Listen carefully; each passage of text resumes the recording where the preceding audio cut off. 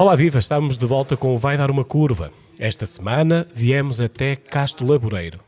O meu nome é Rafael Oliveira e vamos ter connosco o Paulo Azevedo da Montes Laboreiro.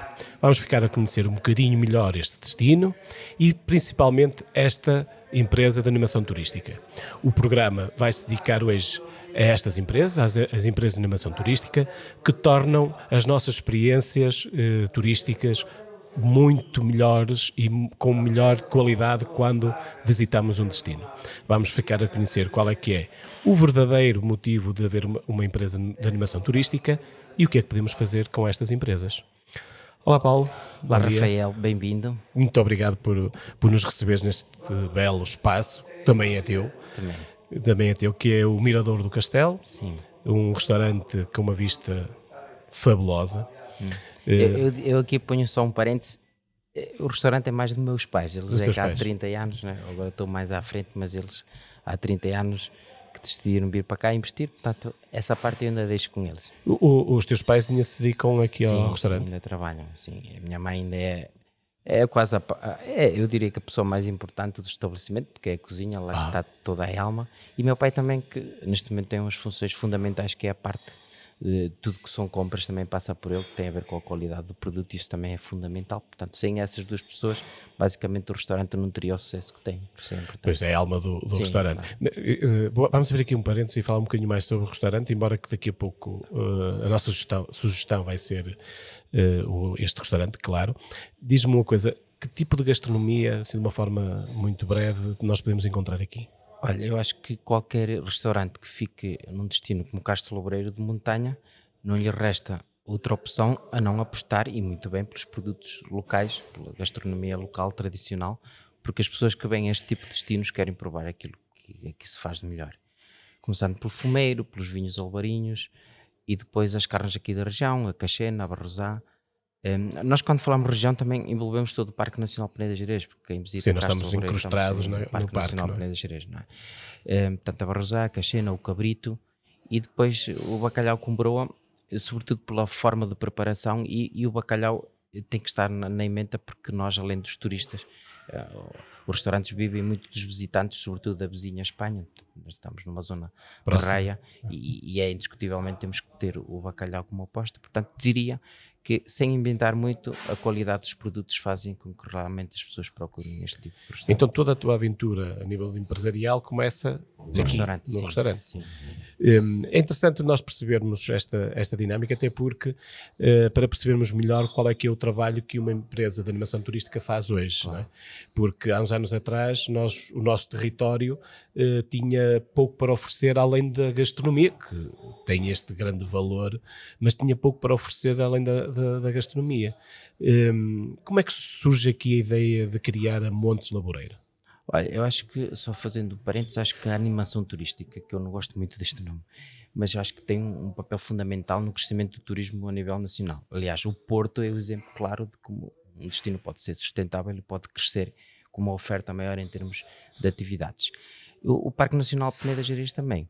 Agora, fazendo um bocadinho, portanto, aqui da situação da Montes Laboreiro, eu comecei a trabalhar num restaurante com 12 anos. Meus pais têm uma particularidade, minha mãe é de cá, meu pai é de Gerês, e eles conheceram-se inclusivamente em Andorra a trabalhar em hotelaria.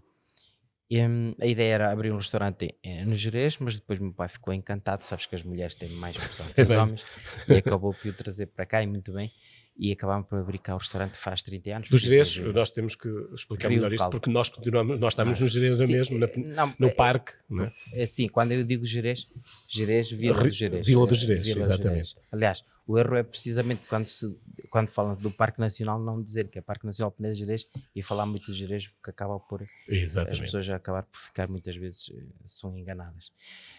Que é uma terra muito bonita.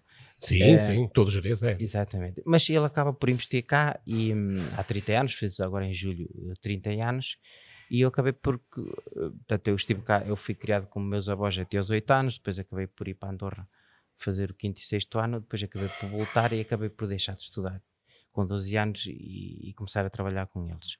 E depois, mais tarde, com 15 anos, acabei por tirar o 12º, acabei por tirar um curso de técnico de turismo, e comecei a trabalhar com 12 anos no restaurante e com eles. E é uma vida muito complicada trabalhar em restaurante, e eu com os meus 22, 25 anos já estava à procura de fazer alguma coisa que não fosse estar 24 horas fechado cá dentro, né? E eu gosto muito de turismo, gosto muito de hotelaria, mas tinha essa necessidade, né? Percebes? Eu comecei com 12 anos com os meus pais e eu Claro, tinha essa necessidade de claro. fazer qualquer projeto que fosse meu. 12 E anos, estamos a falar de que idade é que tens? 42. 42, somos da 42. mesma idade. Sim, De facto, e agora deixa-me aqui dizer-te uma coisa que às vezes nós usamos mesmo quando estamos a falar com os mais jovens. Hoje era uma coisa que era impensável a um miúdo com 12 anos trabalhar. Eh, mas na nossa, apesar de nós não sermos velhos, era perfeitamente normal que depois da quarta classe ou depois do sexto ano na altura, grande parte sim, dos jovens iam trabalhar, sim, não claro. continuavam a estudar. Claro que sim. E eu até acho, eu vou-te ser sincero, eu até acho que os jovens deviam fazer um intervalo antes do 12º para perceber o que é que eles querem, o que é que eles gostam de Ou fazer, após o né? 12º para a universidade, não sei, Sim, é sempre. sempre. Acho que Um ano o mais sabático, importante num trabalho, qualquer profissão, é tu fazeres aquilo que gostas, sair já à segunda-feira claro. para trabalhar. E eu, de facto, conheci o turismo, gosto, eventualmente também por começar muito cedo, mas depois acabei por me especializar, acabei por tirar um curso superior de turismo, e faço aquilo que gosto. Agora, trabalhar em turismo é diferente de estar 24 horas fechados Pois, num restaurante, e exatamente. eu naquela altura já não estava pelos ajustes.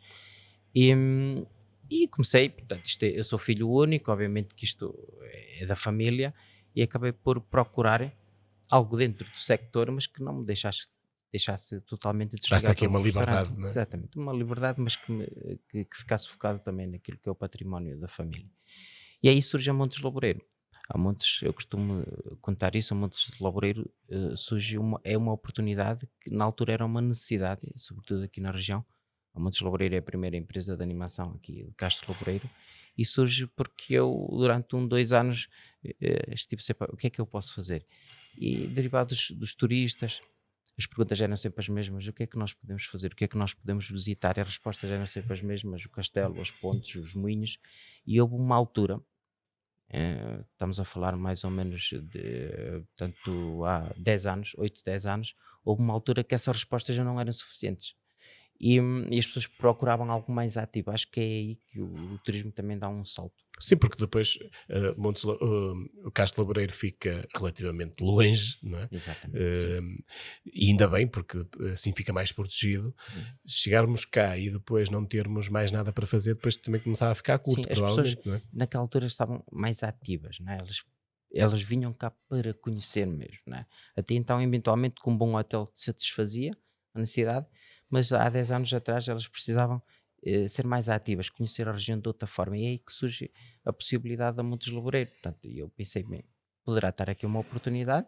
Propus-lhe isso a meu pai também, que ele é sócio da empresa, e acaba por nascer a Montes Loureiro faz 10 anos. E então nós, se contactarmos a Montes Laboreiro para nos proporcionar uma experiência, porque no fundo as empresas de animação turística é isto que fazem, ou seja, criam experiências nos territórios, o que é que nós podemos fazer na Montes Laboreiro? O que é que nós podemos usufruir?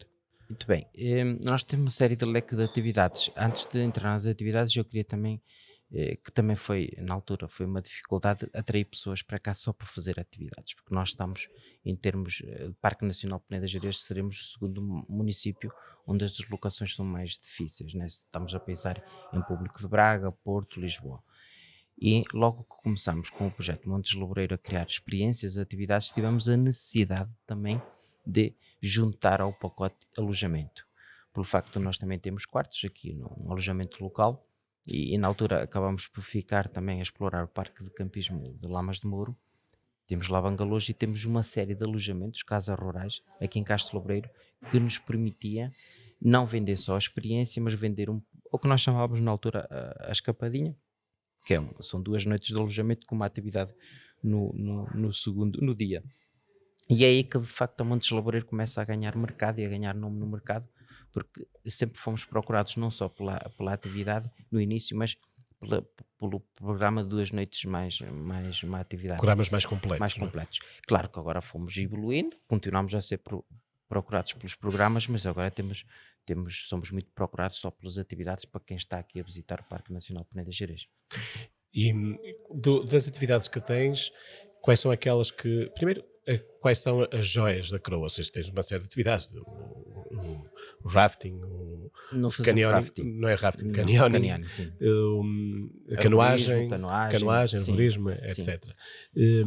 Dessas aí, quais são aquelas que tu consideras são as mais Sim, importantes? olha, é aquela que eu considero mais importantes tem muito a ver com aquilo que é a satisfação do cliente. Acho que aquilo Que, que é mais que as pessoas importante é mais aquilo que as gostam, pessoas claro. gostam mais.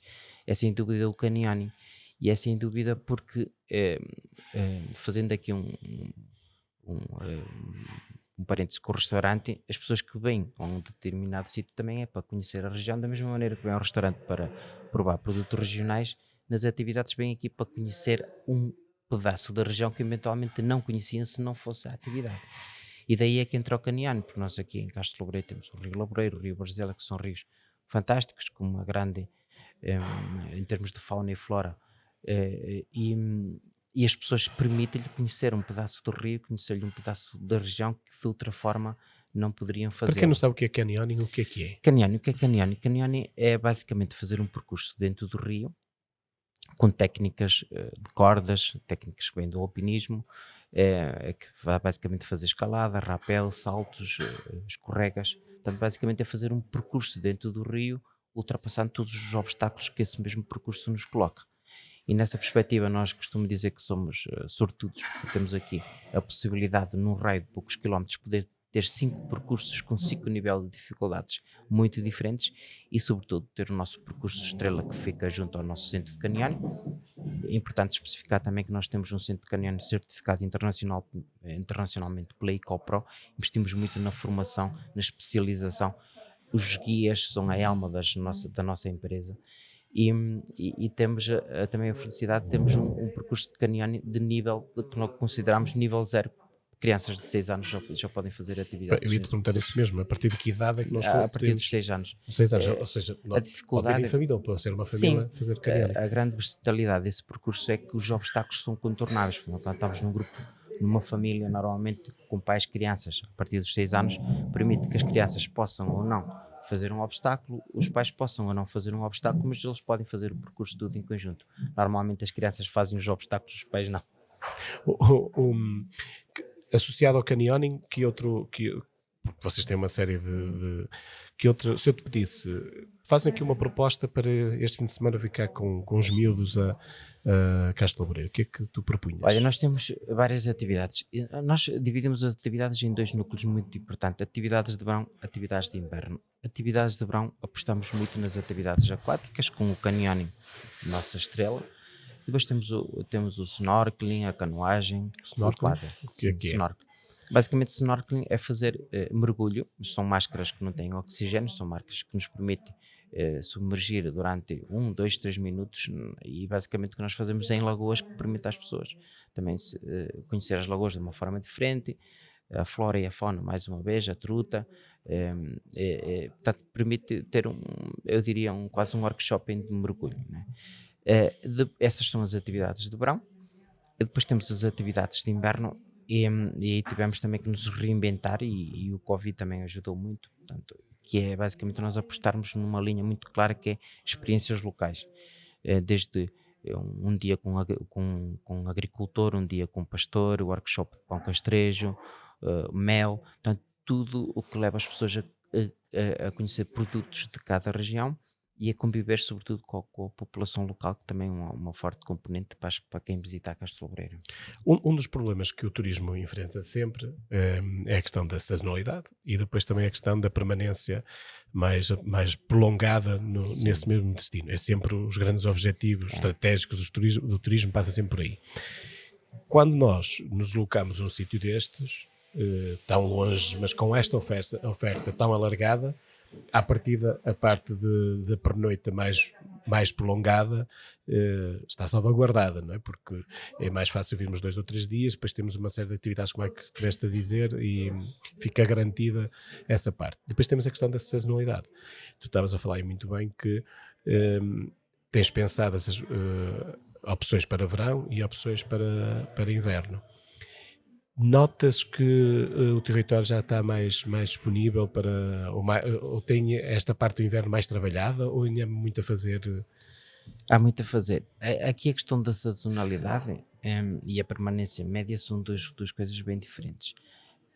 A sazonalidade, começando pela sazonalidade, vai depender muito do turista internacional. O turista português ainda não está muito preparado para o turismo de natureza, e nós aquilo que nós podemos oferecer no Parque Nacional Peneda Gerês, como é óbvio, é turismo de natureza. E nós os portugueses ainda não estamos muito preparados para aquilo que é o consumo. Não, eu costumo dizer que nós fazemos turismo na natureza e não turismo de natureza, que é bem diferente. Acho que para a questão da sazonalidade, acho que é muito importante apostar no turismo internacional, e sobretudo nórdico, belga, holandês. São pessoas que viajam no inverno, e para eles isto aqui, chegar aqui é verão, e ainda por cima são pessoas que estão muito à vontade para aquilo que é a prática de turismo de natureza. Portanto, Sim, mas nós também temos que aprender a aproveitar a beleza que o território tem fora da estação de verão, porque sim, este território é completamente diferente no outono e é completamente diferente no inverno, ou seja, é um território que por ele só é um motivo de visita durante o ano inteiro. sim, Não é? e as pessoas que visitam o território no inverno ficam deslumbradas, porque há pessoas que até gostam, como disse, as pessoas que gostam mesmo de turismo de natureza, eventualmente ficam mais agradadas em vir visitar Castro Lobreiro no inverno do que propriamente no verão. Há mais água, há mais natureza, está mais verde, eventualmente até podemos ter a sorte de encontrar neve. Portanto, quem gosta de turismo de natureza gosta de visitar os territórios no inverno. Agora, só o mercado nacional é muito pouco para nós falarmos em dizer que temos basicamente, eu diria, duas épocas altas, não é? O verão Sim, sim. e o inverno. Isso ainda é muito pouco. Tem crescido, a procura tem crescido, mas dependemos muito de visitantes, sobretudo. E o que é que nós podemos fazer? O que é que o território pode fazer para aumentar esta procura de inverno? O que é que nós podemos comunicar? Que tu tens este conhecimento porque estás aqui, vives isto diariamente durante os 365 dias durante o ano, e percebes-te melhor do que é que eu tenho agora. Estamos em pleno inverno, olhas para a tua envolvente. Isto era um bom motivo para fazer as pessoas chegarem cá. Sim. O que é que tu achas que nós Olha, o podemos... que eu acho, sobretudo, é apostar no mercado internacional. Nós temos capacidade, somos o único parque nacional do país. Somos um dos parques nacionais do mundo com maior população, com maior pessoas a residirem dentro de uma área protegida. Temos costumes, tradições, uma gastronomia fantástica. Portanto, eu acho que nós temos que apostar definitivamente no turismo internacional. Temos alguns problemas associados, sobretudo o Parque Nacional ficar aqui neste cantinho, mas eu acho que podemos juntar este destino turístico ao outro destino. Pode ser, por exemplo, o Parque Natural dos Xerés. Nós podíamos criar aqui um destino de 2 países que reservam a Reserva Mundial da Biosfera. As pessoas podem entrar pelo Porto, ficar 1 ou 2 noites no Porto, visitar Guimarães, vir ao Parque Nacional Peneda Gerês, podem sair para a Espanha, aeroporto de Santiago de Compostela ou de Vigo. Portanto, nós precisamos trabalhar em colaboração com os outros destinos que estão ao nosso redor, não é? Nós sozinhos somos ainda, eu diria, nós sozinhos não temos capacidade de atrair pessoas num número razoável para permitir que o inverno seja, eu diria, metade do verão, por exemplo, não é? Portanto, mas nós precisamos nos associar a outros destinos, e eu acho que isso é um trabalho que se tem que fazer a nível do turismo do Porto e Norte, a Associação de Turismo do Porto. Eu acho que eles têm feito algum trabalho, mas acho que também depende das empresas e dos empresários, e acho que isso será muito importante, associarmos aos nossos destinos turísticos que existem à nossa volta. O destino Montes Laboreiro, Castro Laboreiro pertence a Melgaço. Sim. Castro Laboreiro já foi durante muitos séculos uma vila, não é? E desde o século XIX é que passou a ser uma freguesia de Melgaço. Também para percebermos a importância estratégica que este espaço, este pequeno planalto que temos aqui, já teve para Portugal. Há muitas histórias à volta deste destino. Mas como eu estava a dizer, pertence a Melgaço. Melgaço tem um posicionamento de destino radical. Não, eu não diria que não é bem destino de radical, porque se nós falarmos só no destino radical, eventualmente as pessoas de mais idade ficam com medo. Um bocado assustadas. Sim, mas eu acho que Melgaço que quis, com o seu posicionamento estratégico, é o destino de natureza mais radical de Portugal, é perceber que aqui as pessoas podem usufruir da natureza de uma forma mais ativa. Isto tem funcionado muito bem. Acho que o município tem uma estratégia muito interessante e é uma estratégia que cabe às empresas, e a Montes de Loureiro tem feito por isso, seguir também essa estratégia. Acho que um destino turístico é importante que as pessoas, as entidades que estejam à frente do destino turístico, a estratégia dessas entidades, as empresas consigam alinhar a estratégia da empresa também com essas entidades. E eu acho que sim, acho que Melgaço tem apostado forte no turismo de natureza. E eu acho que a estratégia tem vindo a dar frutos, e eu acho que Mas Melgaço, quando nós pensamos em Melgaço, estamos fora de Melgaço, quando pensamos em Melgaço, a primeira coisa que nos vem à cabeça é Alvarinho. Alvarinho, sim. E ainda bem, porque de facto temos excelente Alvarinho, Alvarinho como estamos está aqui a aqui no beber, copo, não é? o soalheiro, ainda por cima. Mas depois, o que sentimos é que Castro Laboreiro, tem aqui conseguiu criar uma marca própria. Eu conheço algumas pessoas, de amigos, que são de cá, de Castro Laboreiro. Vivo em Braga e tenho alguns amigos que são de cá. O que é verdade é que quando eles falam de Castro Laboreiro, falam com uma paixão enorme. Sim. E isso faz com que o próprio destino Castro seja um destino dentro de um destino já existente. Sim, não é? claro que sim. É assim, eu costumo dizer, a marca Castro Laboreiro é uma marca importantíssima, não é? A marca, olhado para uma empresa como é o nosso caso, que vendemos programas, há 3 marcas que nós usamos para vender o nosso programa: Parque Nacional Peneda Gerês, Castro Laboreiro e Melgaço. São as 3 marcas, e Castro Laboreiro está no top 2 porque é uma marca importantíssima.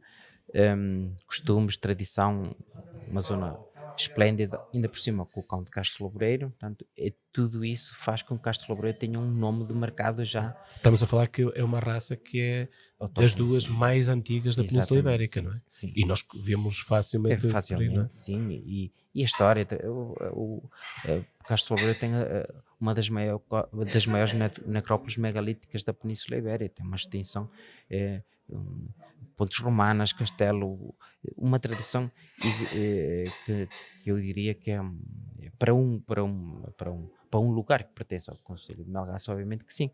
Melgaço tem também os seus, o Riminho, tem o Alvarinho, tem o Rafting, obviamente que tem outros potenciais ofertas, turísticos, claro. e isso é o que faz desta região também um grande potencial. É porque tu, 26 km, numa extensão de 26 km, podes ver desde a paisagem, costumes, tradições totalmente diferentes. Sim, é verdade. Temos também o Vale Glaciar, aqui também Sim. próximo, que também é uma paisagem lindíssima, fora do normal, completamente. Facilmente nos apaixonamos por estes destinos quando os visitamos. Quando se vê pela primeira vez, então. Sabes que uma das coisas mais importantes é nós que fazemos turismo, e nós todos fazemos turismo, acabamos por ir a um sítio e dizemos: bem, isto foi muito bom. Se for muito bom, se gostarmos muito, nós acabamos por recomendar. Mas há tantos sítios que nós temos para visitar que normalmente demoramos uma média de 5 a 10 anos a voltar a um sítio que gostamos. A não ser, e isso acontece muitas vezes em Castro Laboreiro, a não ser que nós nas nossas férias tenhamos a percepção que não conseguimos ver, nem visitar, nem usufruir de tudo aquilo que o destino tinha para nos oferecer. E nessa perspectiva, Castro Laboreiro tem muito para oferecer, e as pessoas que saem daqui, além de gostarem, saem com a noção de que precisavam mais 7 dias para ver tudo o que podiam fazer. Então isso é um fator muito importante para nós criar riqueza em termos de destino turístico, para as pessoas voltarem e para as pessoas recomendarem ainda mais. Bem, Paulo, não podíamos terminar melhor a nossa conversa. O tempo passa muito rápido. Agradeço-te imenso esta partilha que tiveste connosco. Nós agora vamos fazer um pequeno intervalo aqui no programa e vamos conhecer um bocadinho melhor o restaurante onde estamos, o Mirador do Castelo, ver o que é que nós podemos realmente aproveitar e que tipo de experiência gastronómica podemos ter aqui. Nós voltamos já a seguir, fiquem a conhecer este restaurante de uma forma mais aprofundada, e a seguir ao intervalo estamos de novo com o Vai Dar Uma Curva, agora com uma outra empresa de animação turística, a Tobogã. Com um programa dedicado às empresas de animação turística, a recomendação de hoje é óbvia. A Montes Laboreiro e a Tobogã oferecem uma imensa variedade de atividades náuticas em pleno Parque da Peneda de Gerês. Caminhadas, canoagem, paddle, escalada ou canyoning são alguns dos exemplos que por lá podem encontrar. E como bom português se conquista pelo estômago, aproveite e dê um saltinho a Castro de Laboreiro, para poder provar as iguarias gastronómicas da Dona Maria. É o caso do bacalhau com broa e o cabrito da serra, pratos ex-libris do Mirador do Castelo. Já sabe, usufrua da natureza, do Minho e dos bons produtos que esta região tem para lhe oferecer. O Vai Dar uma Curva é um podcast semanal sobre gastronomia, turismo e vinhos, conduzido por Rafael Oliveira. Pode ouvi-lo todas as sextas-feiras, ao meio-dia, na Rádio Antena Minho, em 106.0, mas também no Spotify e em streaming no YouTube da Field Travel. Estamos de volta então para a segunda parte do programa de hoje. Na primeira parte tivemos connosco o Paulo Azevedo, do Montes Laboreiro, e hoje temos um programa diferente e temos na segunda parte um convidado diferente, que é o Manuel Costa. Manuel, eu vou-te tratar por Keita, que é mais fácil, porque de certeza absoluta que não vou conseguir lembrar o teu nome a seguir. Por isso, é um amigo e conheço por Keita, vai ser mais fácil, pode ser? Muito bem. O Keita tem uma empresa que é a Tobogã, sediada em Ponta Barca. Keita, queres-nos falar um bocadinho o que é a Tobogã? Sim. Então, desde já agradeço o convite e vou tentar apresentar a Tobogã em pouco tempo e de forma fácil, mas muito clara. Sim. A Tobogã é uma empresa que já tem mais de 15 anos, é de 2006, na qual eu tenho outro sócio, e iniciou a sua fase apenas com uma atividade, que é o canyoning, uma atividade muito particular, muito específica, que normalmente ocupa um dia inteiro esse programa, que são descidas de rios de montanha. A empresa foi crescendo ano após ano e há uns anos atrás, em 2018, decidimos incluir uma outra atividade para complementar a sazonalidade da empresa, que foi as bicicletas elétricas, passeios de bicicletas elétricas. Foi um projeto também ligado ao turismo acessível, em que temos bicicletas tandem, que permite levar pessoas com alguma falta de equilíbrio, pessoas cegas.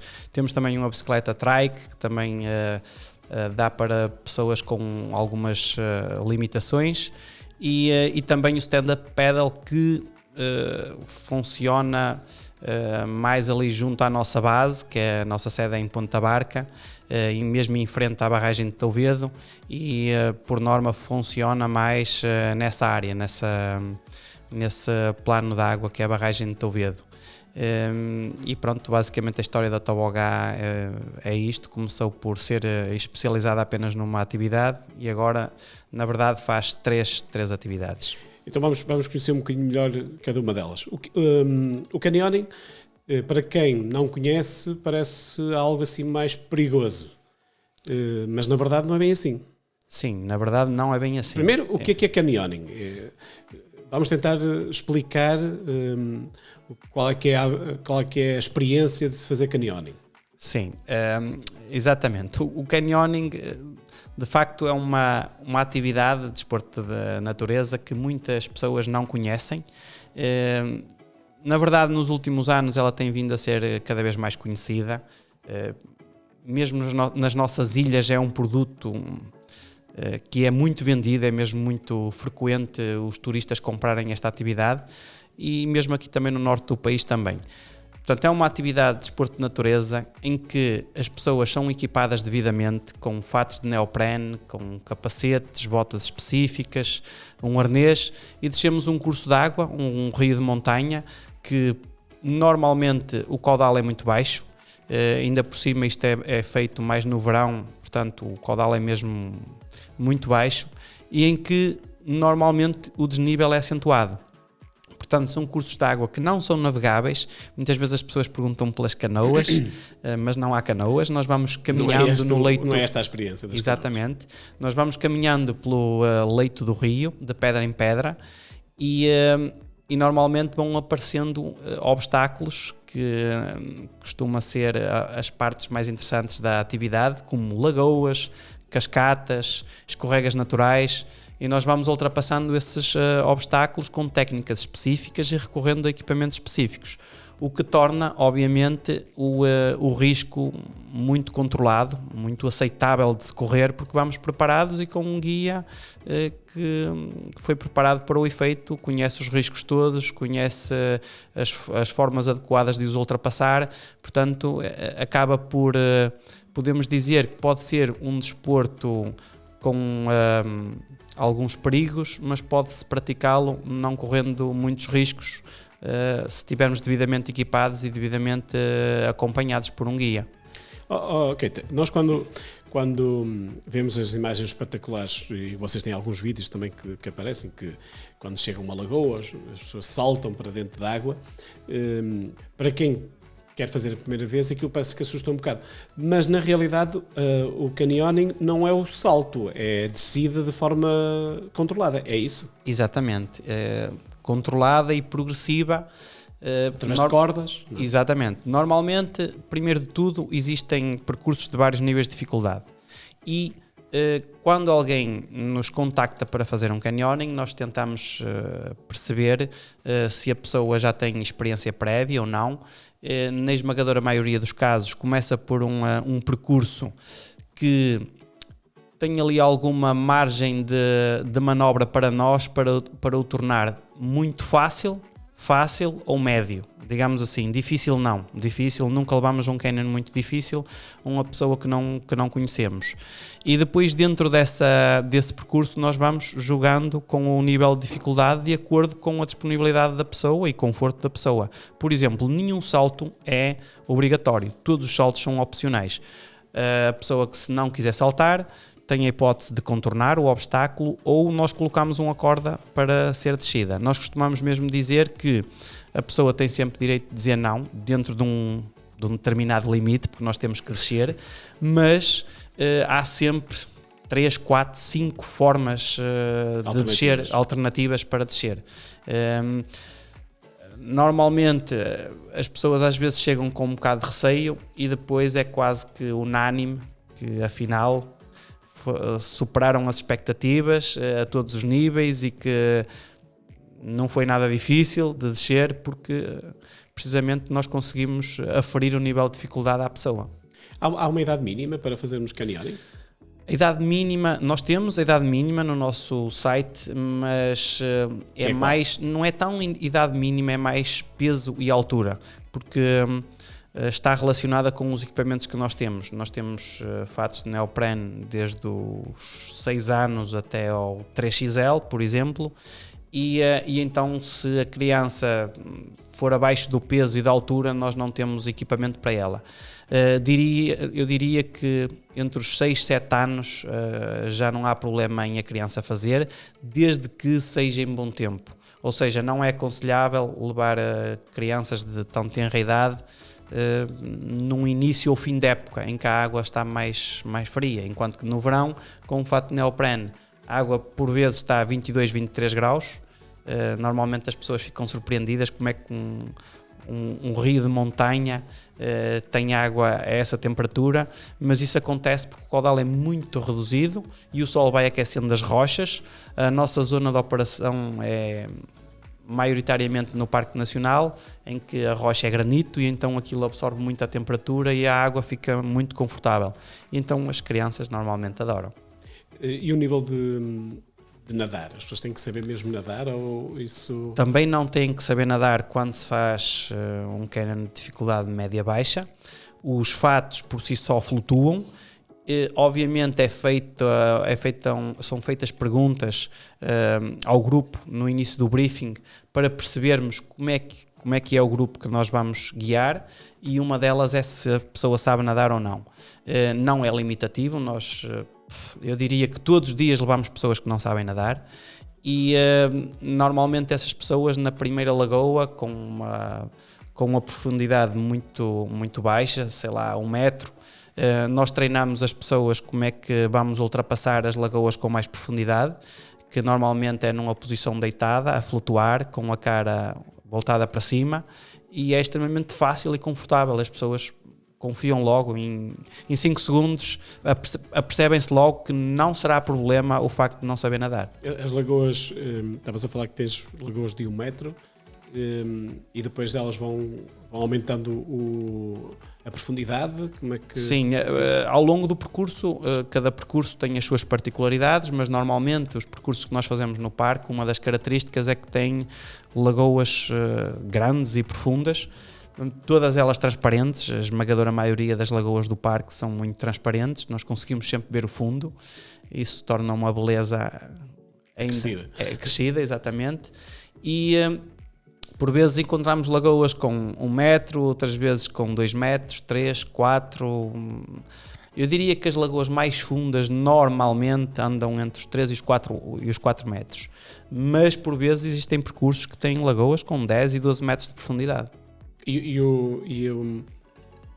a altura para o saltar para a lagoa também varia? Ou é mais também varia, porque, como é óbvio, dentro de um rio existem muitos blocos de rocha que normalmente funcionam como pranchas, digamos assim, patamares, e às vezes o comum é que as pessoas começam, quando não têm muita confiança, começam por fazer um salto de 1 metro, e depois acham divertido, querem subir mais um bocadinho para uma rocha mais acima e já dão um salto de 2, e depois se calhar já passa para os 3.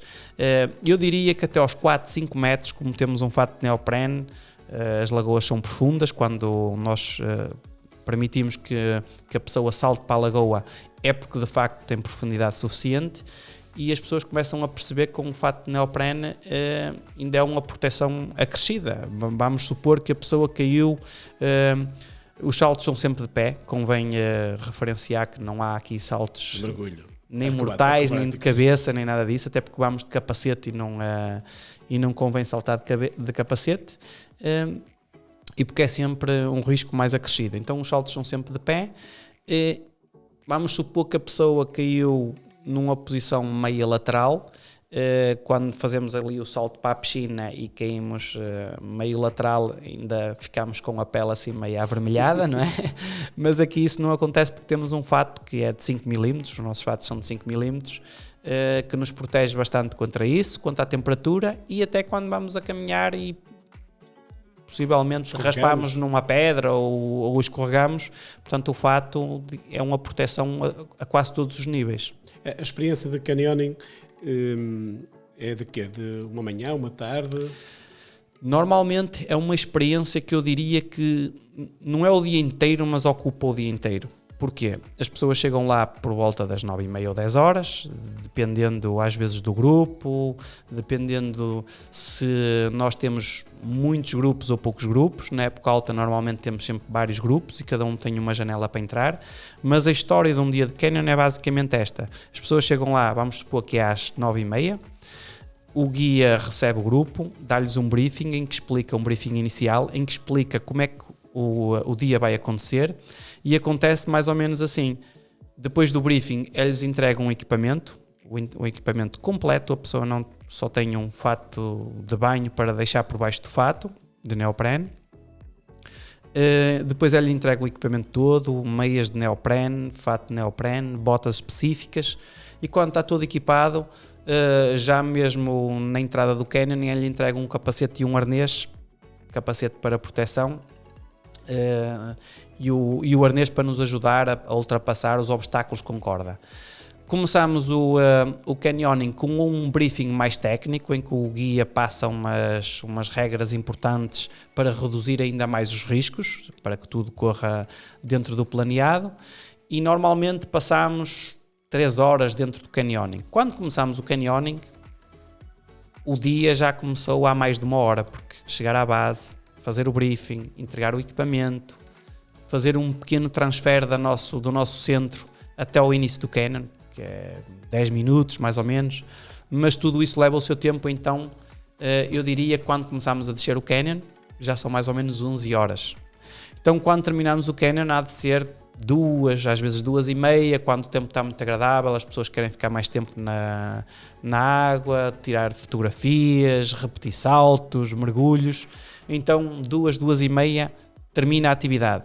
Fazemos uma pequena caminhada de saída muito bonita também, onde temos um espaço preparado para que as pessoas troquem o equipamento. As pessoas trocam o equipamento, quando acabam de trocar o equipamento, já são, se calhar, 3h30. Logo na saída, vimos sempre com fome e com sede. Logo na saída temos lá um cafezinho lá numa aldeia de montanha que faz assim alguns petiscos caseiros, e eu diria que 99% das pessoas querem mesmo, fazem questão de parar lá para comer e beber qualquer coisa. Tem lá uma esplanada, exatamente, faz tudo. Eu já costumo dizer que aquilo já é um complemento da atividade.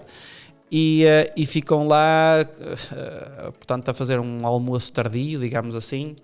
Quando as pessoas estão prontas para ir embora, muitas vezes já são 5 da tarde. Portanto, é um dia que eu não posso marcar mais nada.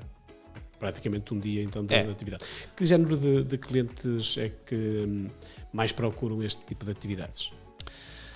Eu diria que é muito vasto o tipo de clientes que aparecem para fazer estas atividades, desde casais, famílias, na altura das férias, é mais na altura das férias, julho e agosto, recebemos muitas famílias. Recebemos muitas despedidas de solteiro, inclusivamente estrangeiros. Houve uma fase, foi mais pré-pandemia, que tínhamos praticamente todos os fins de semana grupos para despedida de solteiro da Inglaterra, Bélgica, Holanda.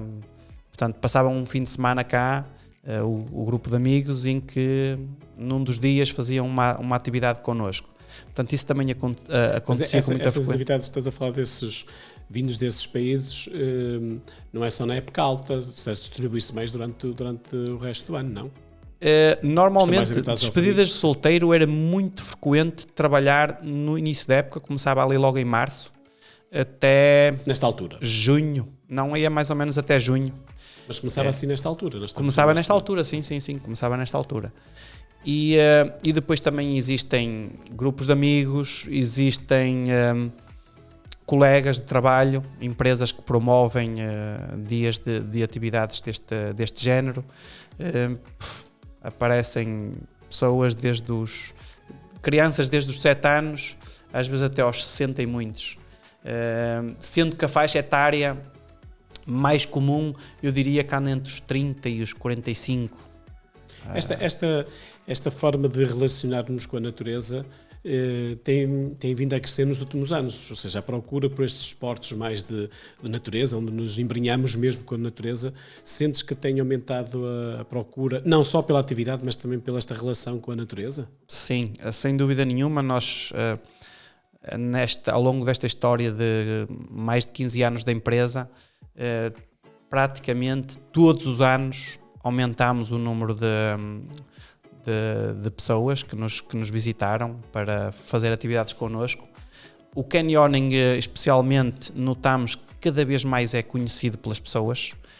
Há uns anos atrás era muito comum o grupo chegar ao nosso centro e não sabia o que é que eu ia esperar. Muitos deles perguntavam pelos barcos, porque às vezes uma pessoa organizava a descida, a atividade, e não passava a informação correta aos colegas. Hoje em dia a maioria já conhece o que é canyoning. Muitos deles já dizem mesmo: eu já fiz na Áustria, já fiz na Suíça, já fiz em vários países. E os estrangeiros a mesma coisa. Notamos que os estrangeiros, centro da Europa, americanos, ainda conhecem melhor, portanto são mais conhecedores deste tipo de atividades do que... Mas só do canyoning ou todas as atividades que vocês têm ligadas à natureza? Todas as atividades. Mas diria que o canyoning é que era mais desconhecido. Portanto, bicicleta elétrica, passeios de bicicleta, é uma atividade mais comum e que as pessoas naturalmente cruzam-se por ciclistas, portanto é uma atividade mais conhecida. O canyoning era desconhecido para muitos. Ainda continua a ser uma atividade desconhecida para muitos, mas já notamos claramente que já não é da mesma forma como era há 10 anos atrás. Estavas mesmo agora a falar da parte das bicicletas.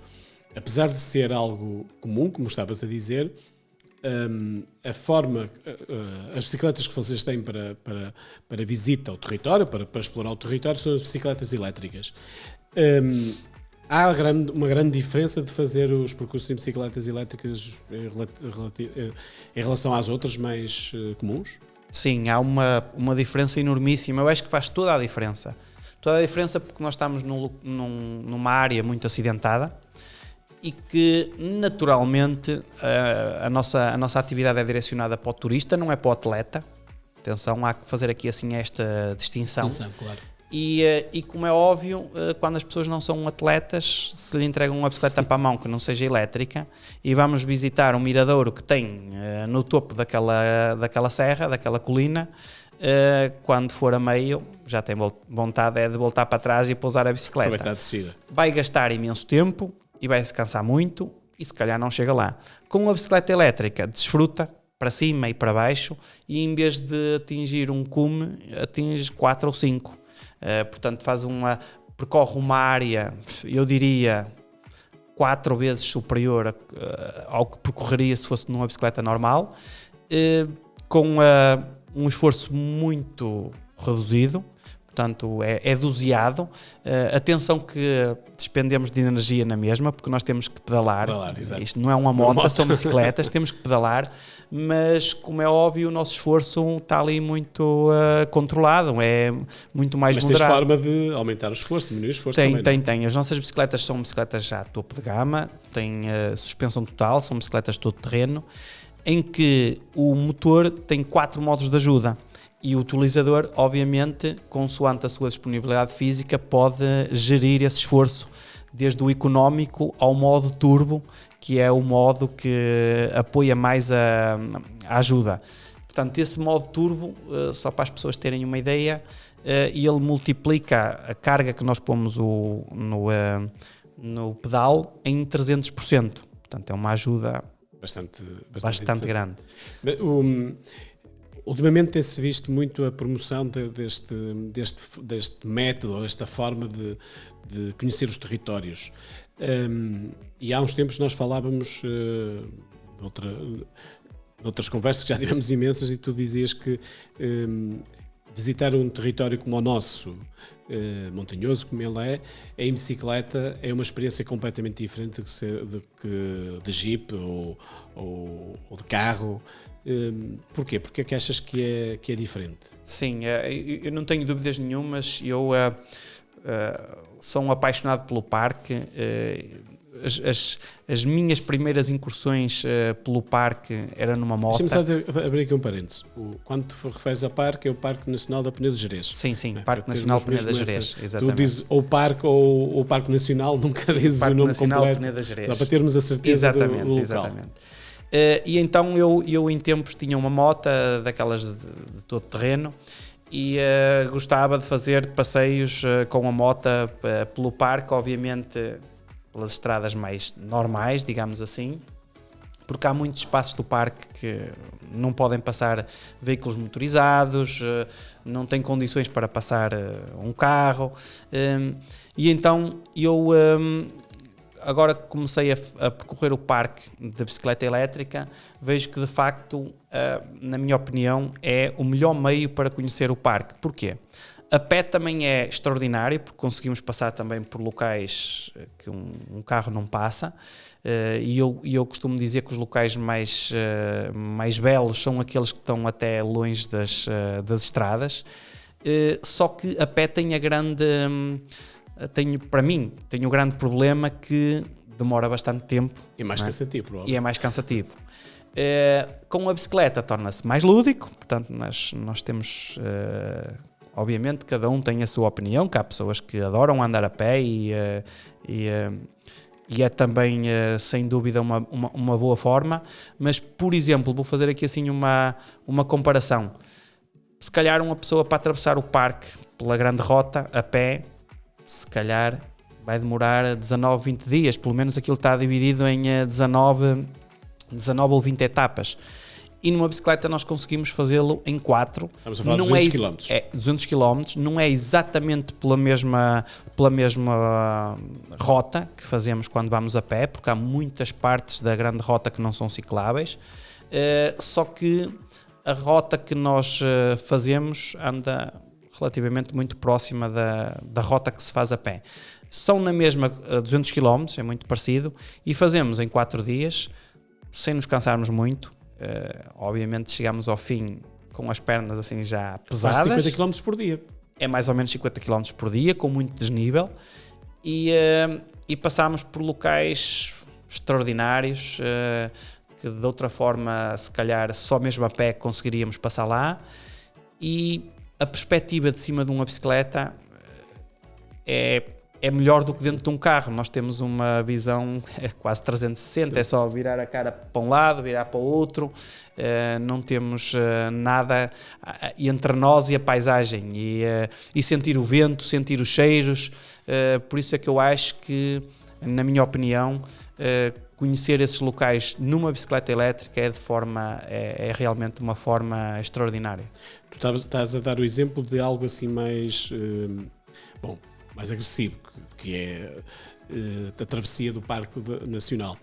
Mas nós, no território, principalmente no Alto Minho, até, que é a vossa zona mais de trabalho, também já existem muitos quilómetros de ecovias e cicláveis.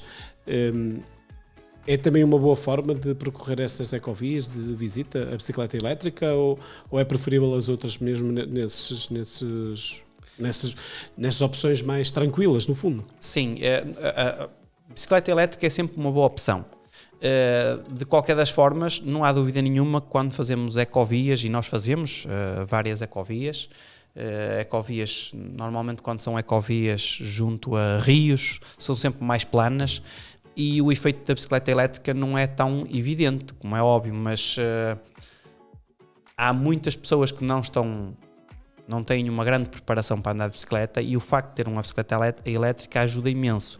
E depois tem outra situação que é muito importante, é que nós formos em grupo com bicicletas elétricas, normalmente toda a gente vai acompanhar o ritmo, desde a criança ao pai, ao avô, à irmã, toda a gente acaba por acompanhar. Os menos preparados se calhar vão com um modo de ajuda mais alto, ou um modo desportivo, ou um modo turbo, e quem está muito bem preparado se calhar vai em modo económico.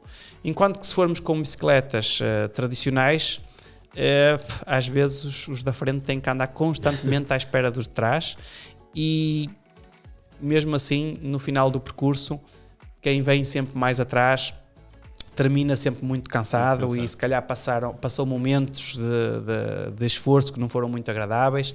E com uma bicicleta elétrica eu costumo dizer que nós desfrutamos sempre para cima ou para baixo, seja a subir, seja a descer, desfrutamos o passeio na sua totalidade.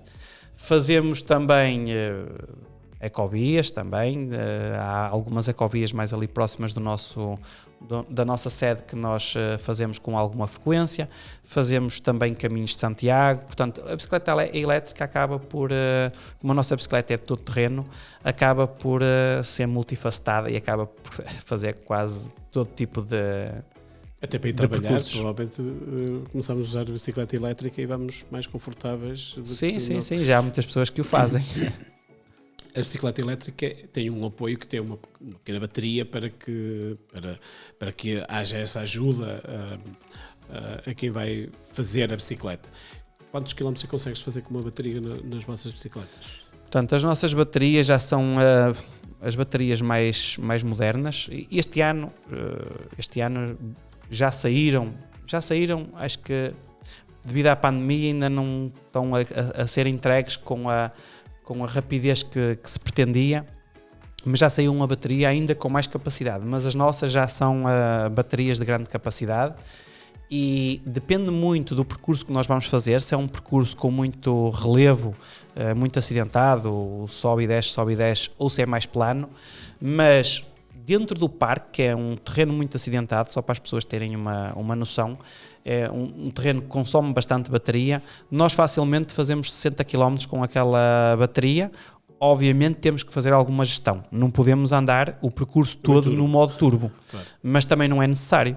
Claro. Não é necessário porque há muitas vezes que é descer, muitas vezes que é plano. Então só nas subidas mais íngremes é que se calhar nos recorremos a esse modo. Mas facilmente eu diria que qualquer utilizador consegue facilmente fazer 60 km dentro do parque. Se for fazer uma ecovia, se calhar faz 100, 120, sem problema nenhum. Keita, estamos a terminar o nosso tempo e nós estamos quase a entrar na primavera, ou seja, estamos na altura de voltarmos a usufruir destas experiências de natureza outra vez, até porque nós não ainda temos alguma aversão no inverno de irmos para o frio, também acho que irá mudar. Agora no início de março, em que ainda está frio, ainda estamos na transição de primavera para o inverno, do inverno para a primavera, o que é que nós poderíamos ir fazer nesta altura com a tobogã? Nesta altura, obviamente, a atividade mais assertiva para se fazer, portanto, a atividade mais adequada seria mesmo a bicicleta elétrica. O canyoning, muito em breve vai começar a época. Normalmente nós começamos a época quando muda a hora para verão, para termos os dias maiores, compridos, claro. Exatamente, e depois o sol, como já vai mais alto, já começa a aquecer mais a água, portanto torna-se mais agradável, temos mais sol dentro do canyoning. Bicicleta elétrica, estamos mesmo nos períodos de eleição para se fazer passeios de bicicleta, que é primavera e outono, são as duas melhores épocas do ano para se fazer passeios de bicicleta. Até podemos fazer na primavera e no outono porque a paisagem é completamente diferente. Exatamente. E na mesma lindíssima. Não é? Exatamente. Bom, Keita, obrigadíssimo por ter estado aqui connosco e obrigado por estes convites, já sabem. Foi um gosto. Aproveitem o bom tempo que está e visitem o território, passem pela Tobogã, aqui pertíssimo, em Ponta da Barca, e vão usufruir do belo território que temos aqui às nossas portas. Todas as sextas-feiras, do meio-dia à 1, estamos aqui em 106.0, na Antena Minho, e depois também disponível em podcast e no YouTube da Field Travel. Uma boa semana, divirtam-se, vemos daqui a 8 dias.